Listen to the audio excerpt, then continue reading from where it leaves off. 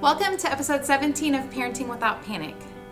I can clearly remember the day that I learned to hear God's voice. I was about 7 years old, and one day while sitting in church with my family, the pastor asked all of the families gathered there to pray together about what they should give for a special offering. I remember my dad huddling us up right there in our seats at church, and he said that we were going to pray and ask God how much we were supposed to give, and that God would tell us what to do. Then he prayed. And once he had finished praying, he looked up at my brother and me, and he asked each one of us what God had said to us. I remember that my heart was beating out of my chest as I whispered to him that God had told me we were supposed to give $100. To my 7-year-old self, that might as well have been $1 million. And in that moment, my dad looked at me and he said, "Jessica, I think you're right." I will never forget that moment because in it, I discovered something profound. With my father's few simple words, "I think you're right," I realized that I can hear God's voice. Now, I have no idea if we actually gave $100, and that's not the point. The point is that my father gave me an opportunity to practice hearing God's voice, and I learned that when I talk to God, God talks back to me. That moment was so profound, and it set me on a course for the rest of my life, and from that moment on, I knew that I could hear God's voice. Now that I'm a parent, I look for those teachable moments and opportunities to help my kids practice their faith. I want them to learn to hear God just like I did.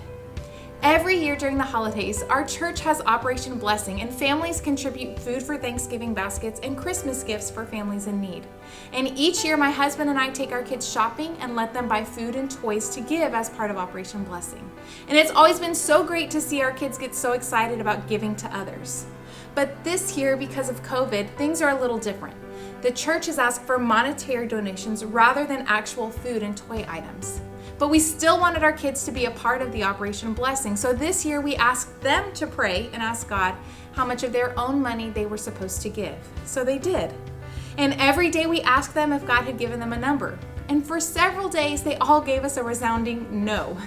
But it created space for us to have many conversations about talking and listening to God. The kids asked us a lot of really great questions, and eventually they all heard a number of how much they were supposed to give.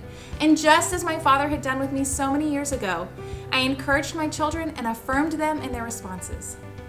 I cannot even begin to tell you the excitement on their faces as they put their money into the offering envelopes and placed them in the box at church.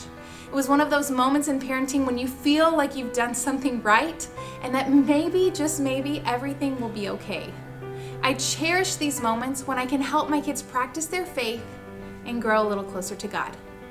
How about you? How are you helping your kids grow closer to God? How are you creating opportunities for them to practice their own personal faith?